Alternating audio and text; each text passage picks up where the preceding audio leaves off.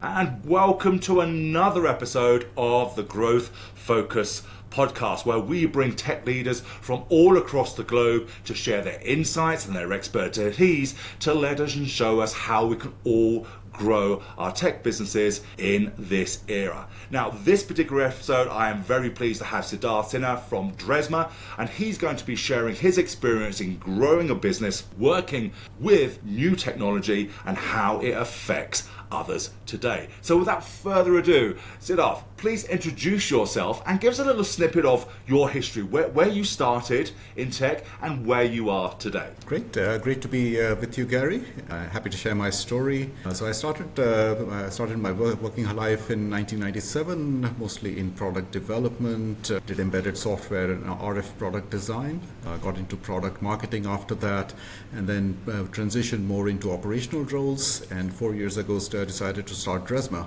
And Dresma is a visual content producing software. We use a lot of generative AI to help sellers create all the content that they need to succeed online. Got you. So that is quite you've been in this industry for a while now in the product. What was your inspiration in starting Dresma? What was it that you saw there that thought, that's the pocket I'm aiming at? What was that? So we're looking, we started Dresma 4 years ago, and if you look at the e-commerce landscape, there was a lot of tech and productization across the value chain. You saw a lot of logistics companies, a lot of payments companies, a lot of people helping in customer tracking and CRM, but there wasn't a lot of investment and tech innovation happening in the content creation space, and that's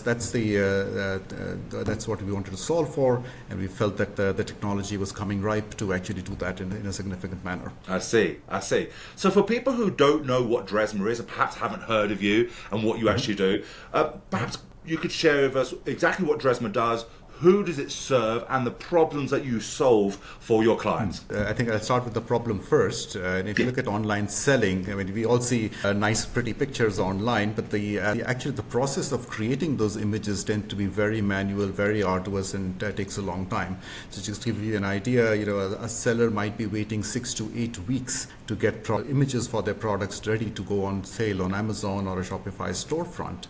So we have a platform and an app that allows the users to click their own product images. We have an automated AI process backend that essentially cuts down that entire process to as little as a day. So you can be online selling product within a day rather than 8 weeks. Wow, that's that. 1 day, cutting it right down instead of 2 months down to 1 day. So as great as that sounds, it's convenient. It gets product to market straight away. It means the product can show value straight away. What are the misconceptions that small businesses, maybe medium-sized businesses, are having or thinking about when it comes to using products and services like you have? Okay. So there are two challenges, Gary. One is obviously this is a very high-touch industry. So you have photographers interacting with you, digital marketing agencies interacting with you, helping you create your content. So not just is it a process, there's also an advisory piece to the whole puzzle, right? So they're actually educating the sellers on what kind of content they need to be creating to be successful online. And we have to fill both shoes in order to really give them a solution. And that's what AI allows us to do, is not just help them create those images, but also track their competitors, what's happening in their adjacent markets, and be able to fill the advisory role, the knowledge piece as well. Yeah, absolutely. And I think, I'm glad you've said that, because through other interviews and through clients and stuff like that, where we certainly see the tech world moving now isn't just in products or services or AI. It very much is in the educational space, in the educational marketing side, and almost teaching them what they don't know. People don't know what they don't know, and they sometimes feel like, well, this is what I know, make that work. And that's not necessarily the case. We've got to teach them how to think sometimes. We've got to teach them how to buy. We've got to teach them how to sell their own product. Would you agree with that? Yes, a lot of times we are starting, when we start working with an online seller, they could be fairly small. This could be a first-time seller, maybe the first time they're trying to sell online, and there is a whole education aspect to it. Now, working with larger companies also, typically they're used to working with an external agency that's informing them, creating their mood boards, creating the marketing collateral, so to speak, and they're helping them with their strategy. But the whole idea with the platform or the productized approach approach is that you actually build that into the product as well. So the product should be able to advise you as to what is working out there, what is not working, and given your market space, what should be the strategies that you should be adopting. Absolutely, absolutely. So could you give us, we're always hearing about these new AI softwares coming out that can actually help you in your businesses and things like that. Could you give us, perhaps share with us an example of how your product has actually helped a company from where it was to what it's actually doing now? Perhaps give us like a case study for it. So we started working with a reseller of Disney merchandise on Amazon in the US. This was earlier this year, and when the person came to us, they were doing about $1 million of online revenue, but they are spending $150,000 creating all the content that they need for the marketplace, for their social media, for all the ads, and that was really dragging them down in two ways. One, it was eating up a lot of their margins, and two, it was eating up a lot of time because he was interacting with 3 different agencies to get all this content together. So we came in, they started using our platform, we cut their cost to be on Amazon to $15K from $150,000, and they have one person, one platform. From $150,000 a month to 15K. Yeah, 15K a month. 15K a month. And then we essentially got them down because the amount of time he was interacting with agencies, coordinating between agencies, all of that went away because we were the only agency they had to deal with, right? The only platform. And then what that allowed him to do is essentially diversify their business away from Amazon as well. Now they run their own storefront. They have presence on Walmart.com. They're trying to set up a TikTok shop right now, and we are helping them with the content right across. So essentially, it's not just a cost or a time saving, but it also expands the business because it opens up those channels for you. Wow, that is an amazing case study there. So what a dramatic drop then. As you say, it's not just in, and as I said, dropping it by 90 odd percent, down to where it was from 150 to 15,000. So that's a lot more money, a lot more revenue that the company can keep. But aside from revenue, there is the time factor, the one-stop shop where everything's now just in one place. Exactly. Yeah, we have direct integrations with Amazon, so they don't have to worry about how the products get uploaded, how they get listed. They just click a button and all the content is live. Sure. So again, I think that's a classic example of how AI today is really helping businesses produce better products, produce better services, become more profitable in what they're actually doing. But so let's talk about AI for a little bit. I mean, it doesn't matter what industry you're in. AI is literally on the tip of the tongue of everybody. What kind of trends are you seeing in the AI aspect of tech that small businesses, medium-sized businesses, and even enterprise businesses should be aware of? So, we're seeing one of the. We happen to be in the industry that's actually doing the highest levels of adoption of AI. So, content creation is the place where AI is actually creating the most buzz and is actually getting the most adoption. And it's interesting because one of the things that people felt with AI is it would never replace creative industries, but that's where it's actually helping the most because it's helping us become more creative by giving us a lot more options, by giving us ways of tracking our creativity in the ways in measuring ROI and essentially guiding the creative process. So that's something that maybe wasn't apparent a year ago or 2 years ago, but that's really how this industry has evolved. Yeah, it really has. And I still feel as, and I don't know how you feel about this, but generally from listening to other leaders that I've interviewed and the insights we're getting is that AI is nowhere near the top of its wave yet. It's still on its way up. We're just barely scratching the surface of AI yet, and there's a lot of misconceptions about AI because when there's a lack of education, of real-time education, because people then tend to make things up, as you well know, about all the dangers of it, and it could do this and it might not be able to do this. Where do you think on the ladder, on a scale of 1 to 10, if 10's the tip of the wave, where do you think we really are today on a scale of 1 to 10? We may be getting to 1. So, so it's because as I think Bill Gates pointed out in an interview a week or so ago. I think this is one of the few technologies that don't have a defined scope. It can grow anywhere and go everywhere. So it's something that really just can't fathom the scale of it yet. Yeah, absolutely. So even if, as you said, if we may be getting to 1, the first very rung of that, and that becomes that foundation, we've got so much more to do, and that just it's a great opportunity for business owners and entrepreneurs to start using AI, start experimenting with AI, and really kind of see what it can actually do for them when it comes to growing their business. So that being said, and keeping an eye on what AI is doing, and we'll just push that to aside for the moment. As an entrepreneur, it's building a new business.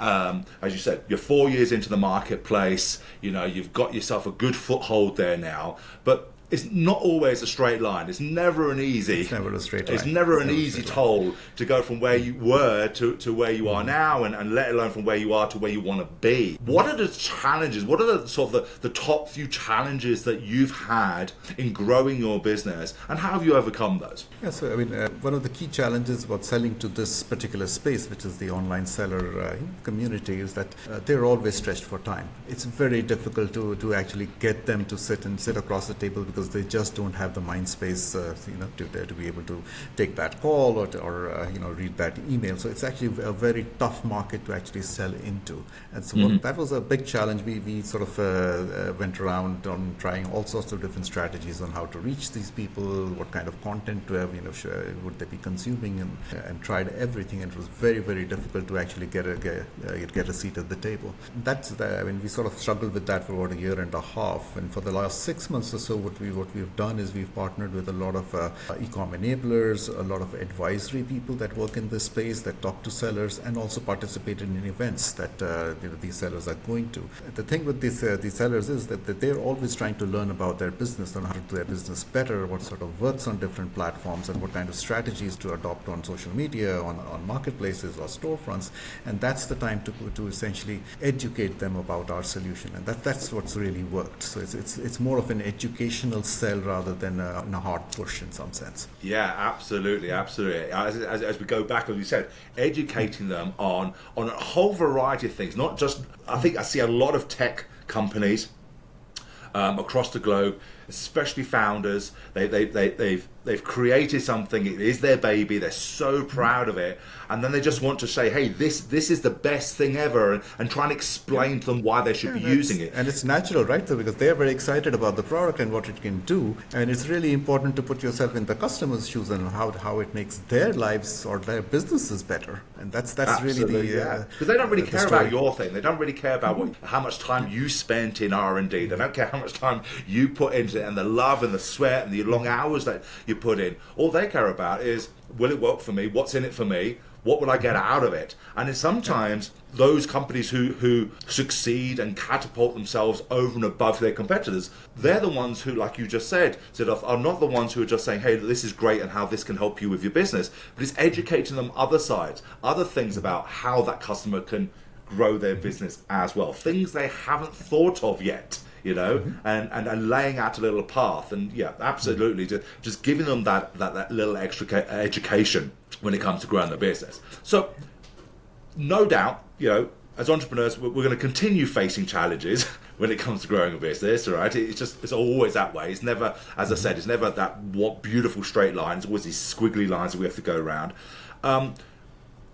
With tech changing so quickly, and businesses changing so quickly, what kind of what trends in the marketplace are you seeing now that's going to be, number one, putting you and your business or businesses in general in a better position, and number two, what are these current trends that could potentially damage business that we have to avoid and make sure we stay on a path? Yeah, as we're talking about, these are the early days for AI, and it's important to understand that this is a fast evolving technology, and there will be multiple players, multiple models, different strategies on solving the same problems, and so we have to be very nimble and not overcommit on any particular technology or technology strategy, and that's something that's very important important in some sense to keep your options open right now, because it is going to be changing and changing very rapidly, not just for the next 6 months, it will be for the next few years. So your technology roadmap has to be flexible. If anybody comes to you and says that this is the way to go, they don't know what they're talking about. So it's that's something that's very important to make sure that you're secure for the future, is that your building blocks are flexible and that you can switch if needed, and you can try out the new thing and make sure that that's going. Where we feel that this opportunity and where AI really opens up a whole gamut of opportunities. When e-commerce marketplaces came up, one of the wonderful things about them is that it opens up the world for entrepreneurs around the world. Right? You can be a handicraft manufacturer in Mexico, sell in the US through Amazon.com, and there is this entire infrastructure set up for you. But one of the key challenges there is what we call the content hurdle, because the person sitting in Mexico needs to be able to create content at par with a Tier 1 imports or a marketplace to sell on a marketplace in the US. And there are language barriers, there are access to talent barriers, there are all these things in place, which AI can now resolve. So you can have a small seller coming out of India that doesn't speak English, doesn't have access to a photographer or graphic designer, but now can use AI to be able to create this content and be competitive on Amazon.com. Yeah, absolutely. And then you don't think of it that way sometimes, but as you say, AI is a fantastic problem solver, and it's almost like whatever problems that we generally tend, or the barriers we tend to see as entrepreneurs and pushing into new markets, there's a lot that AI can do now that can really help. And as you quite rightly say, you've got the language barrier for one, then you've got the cultural barrier for another, but that can be learned. AI can be there to assist you and things like that. So talking about learning, and I think this is a great way, we're constantly learning, and I think the day you stop learning is the day you stand still or indeed go backwards. What are the key lessons you've learned personally in the last 4 years in bringing a new product to the marketplace and to where you are today? I think it's as especially when you're developing a product and a product-led business, it's really important to, as they say, get customer inputs, because get customer inputs fast, and get your product out to the market, listen to the market. All of that is great, but there is something called listening too much to your customer, because the customers also don't know exactly what they want. They don't know where the technology trends are going to be. So there is that fine balance of trusting your instincts and trusting what the market is saying. So that's always a little bit of a tension point that as entrepreneurs you're always balancing.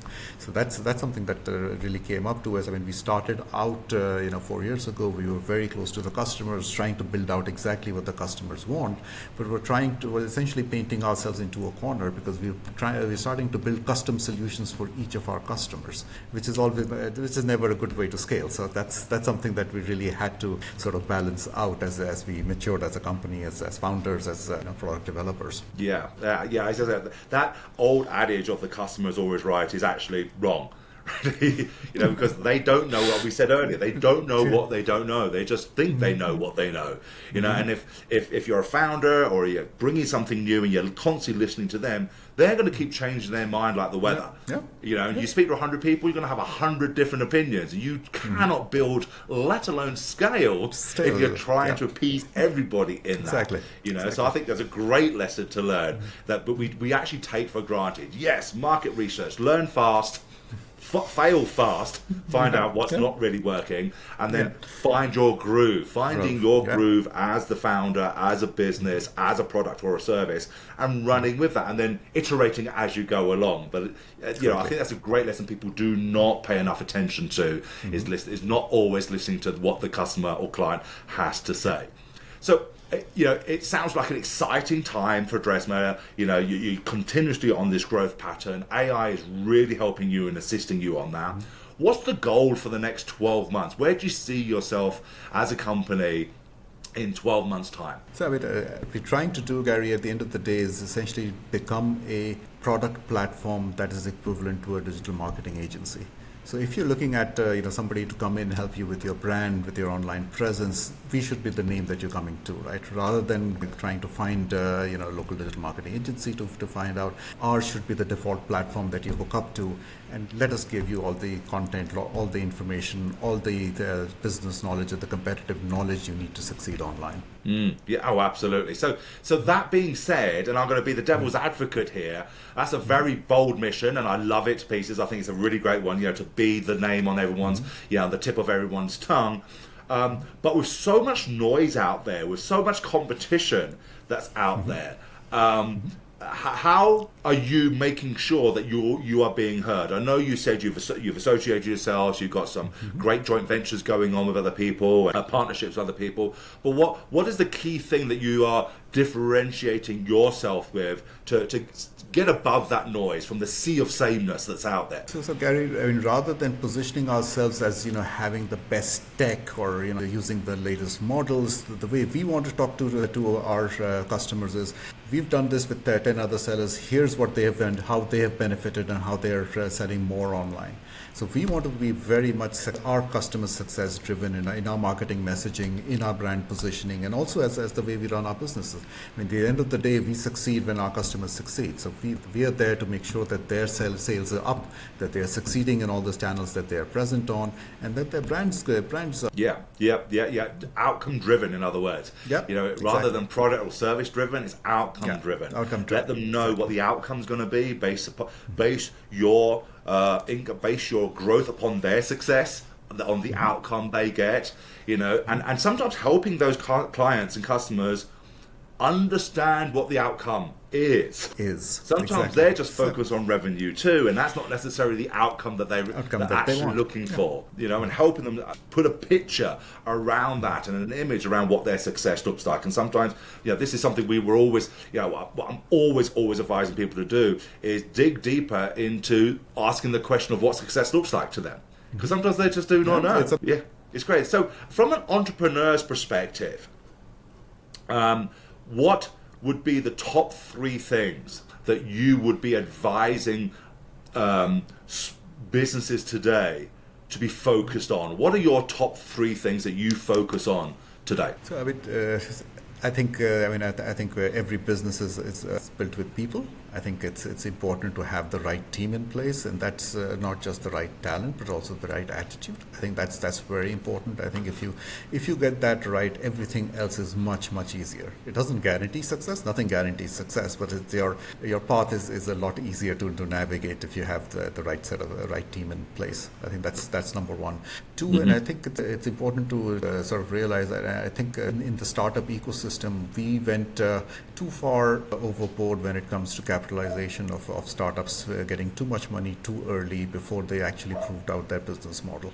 And I think that's reverting back to the mean in some sense. I think there is, and VCs are looking for much more sensibly run businesses than they were probably in the middle, which was all growth, and profitability can come when it comes. That balance has changed. So I think that's number 2. And 3, I think I think there may be people that are talking of globalization pulling back, but I think it's a much more global world. So the opportunities are all global. You can go and sell anywhere, have customers anywhere, and a lot of it has to do with AI helping out with as you mentioned, cultural barriers, language barriers don't matter as much anymore. You can build out products for billions rather than millions. Yeah, so your market is a lot bigger than you actually think it is. So effectively try and get out your own way. Exactly. Whatever you think that vision is, think bigger than that. Think bigger. Yeah. Than it actually is. Yeah, that's brilliant. That's a really important little nugget to take away there. I do think we tend to restrict ourselves, and as I said, the more people we speak to sometimes, because they're so cocooned in their business, they have their plan that they thought they were going to go to, they have their setup where they want to get up to, but actually the world is a lot bigger. The opportunities are far bigger than they actually think. So yeah, like Sid there, I would certainly advise people, whatever you're thinking, think more. Double it, whatever that size is, double it, triple it, as long as it's not too unreasonable. But what is unreasonable today? In a world where we move so fast and things are developing at such a rate, what is unreasonable? We can only base. I think we base our opinions of where we can be based upon our history, not where we are. And in 6 months' time, we'd be thinking something different. In 12 months' time, we're thinking something different. So absolutely, I think that's going to be one of the nuggets I'm going to be taking out from this particular interview is think bigger, than the opportunities are more. So one of the things I'd like to do now, Siddharth, is kind of move sideways a little bit to number one, which is building a team. Yeah. And I love what you said. You've got to build for attitude. You've got to find a team and take them on for that attitude as well.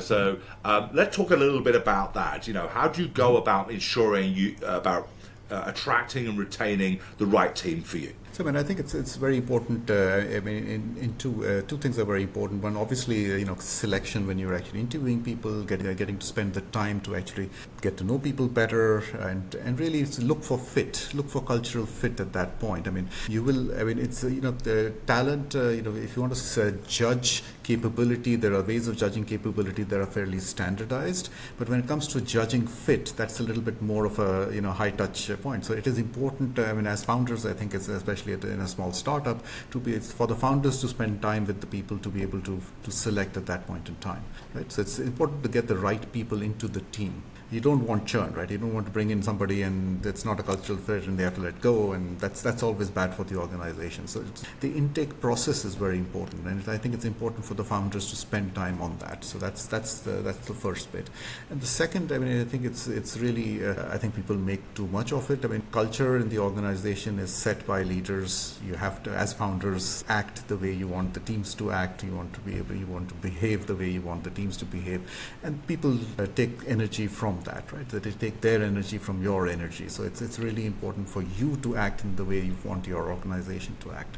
And I think it's a simple thing, but it's very difficult to do at times. Yeah, absolutely. Isn't it? It's always the simple things which are harder to do, and and easily overlooked. Like I rightly said, people like to follow their leaders, and if the leader is going to, it's like a bad parent. A child, a teenager will follow a bad parent, thinking it's right, and it may be the wrong thing to do. And if a leader is not showing them the way, showing them the end result, the destination, their journey, it's really hard for the team to get on board with that.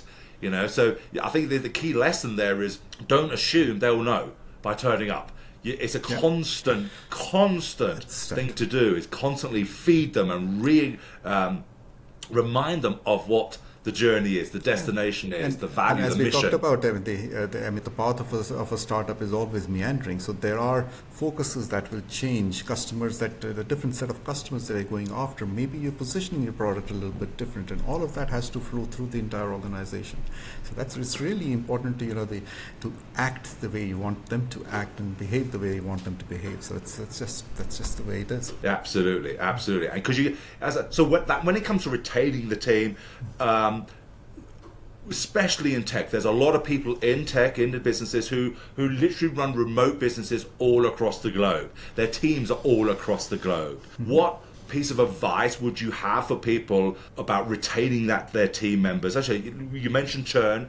We don't want major churn in our team, but we want a bit of a positive churn as well, because we don't be holding on to people we don't want. We let them go and soar, let them go and fly, Mm-hmm. But if we're holding on to them, we're doing ourselves damage and themselves damage. So there must be that level of positive churn. But keeping the people, especially when we are in a remote environment that we are, a time of the world, what would you say is the things that we need to look out for in retaining good team members in a remote environment? I think a lot of it, Gary, boils down to communication. I think you really need to have both channels open both ways. And when you're dealing with team members, it's really important that they get onto a level of comfort with you, that they're open with you with whatever's bothering them, whether it is work, maybe it's something out of work, because a lot of times when people get disassociated or disinterested with their roles, with the organization, not because of what's happening within the organization, but because of what's happening maybe outside in their personal lives or in their other arenas. And as founders, because you are asking these people to commit a lot of time, effort, sometimes even money into your organization, it's really important for you to be able to solve as much of that as possible, as quickly as possible. As long as you have that feeling of mutual support, that you are there, and I think it sounds a little bit more like a family, because it is, and there are people people that are now saying that you should not think of companies as families or employers as families, but I'm on the other side. I really think that it is important for them to feel that they are part of something bigger, that they're part of something that they want the company or the family to succeed. Yeah, I agree. I think that really is a very important part. They've got to feel they're part of the family, part of the team. And I see where some people are saying, we can't think of a business as a business. It's not a family. A family acts differently. But I think they're trying to be too literal there. A family is a bonded group. And if you have a bonded group together, then you have the loyalty. And as families, you have to show tough love, as you have to do with employees. It's not all goody-goody. It's not all, we're all in it together and, everything's fine. I mean, you have to show tough love, as you have to do with your kids, with your parents, with all the relationships that you have. Yeah, absolutely. And I think, this is a great way to ask you the final question, really, because, talking about kids, and kids are always learning, and what would be, this is a bit of a loaded question for you, Siddharth, so but I'd love to hear the answer, as would everybody else listening here. We're so busy being busy, growing our company, putting things in, scaling it, learning new things, dealing with a team, dealing with the customers, doing everything we can in the business. And we're always looking forward, which is a great place to look at. You've got to climb, when you're climbing a ladder, you look up the ladder, you don't look down the ladder. But every now and again, I think it's sometimes great to look back down the ladder and say, look how far I've come.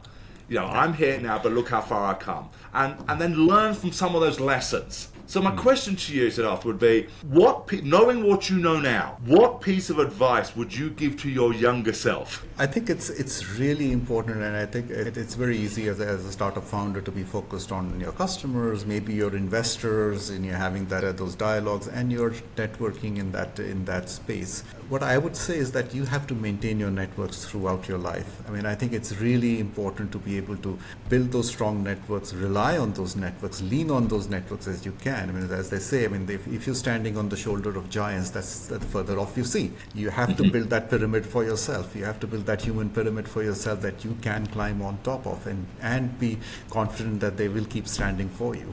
And the only way you can do that is to work on those networks, on your friendships, on the broader networks that you have had throughout your employment, throughout your career. I don't think there's a substitute for that. That's what gives you strength. That is an amazing piece of advice. It really is. People don't utilize their network. The old phrase of your net worth is your network, and people have heard that, but like everything else, just because it's common sense doesn't mean it's common practice, and utilizing the network that you have. And it does take work. And you have to spend the time and effort to do that. It's not something that will... people always say that, people are natural networkers or not natural networkers, but everybody who does it has to work at it. Yeah, absolutely. Yeah, no relationship just lands on your lap. You have to work at... Even if it did land on your lap, you still have to work at it. To keep it fresh, to keep it going, to keep it exciting, and one day you can call upon people, and it's a 50-50 street, but as you say, it's always work, and I think that's a fantastic piece of advice to end on. So Siddharth, thank you very much for your time today and sharing your insights. It's been absolutely wonderful having you here. How can people get hold of you? If they want to get hold of you, what's the best way to get hold of you? LinkedIn is great. You can find me on LinkedIn, send me a message there, or email me at siddharth@dresma.com. Brilliant. I'll make sure I put your LinkedIn link to URL in the show notes and the description for later.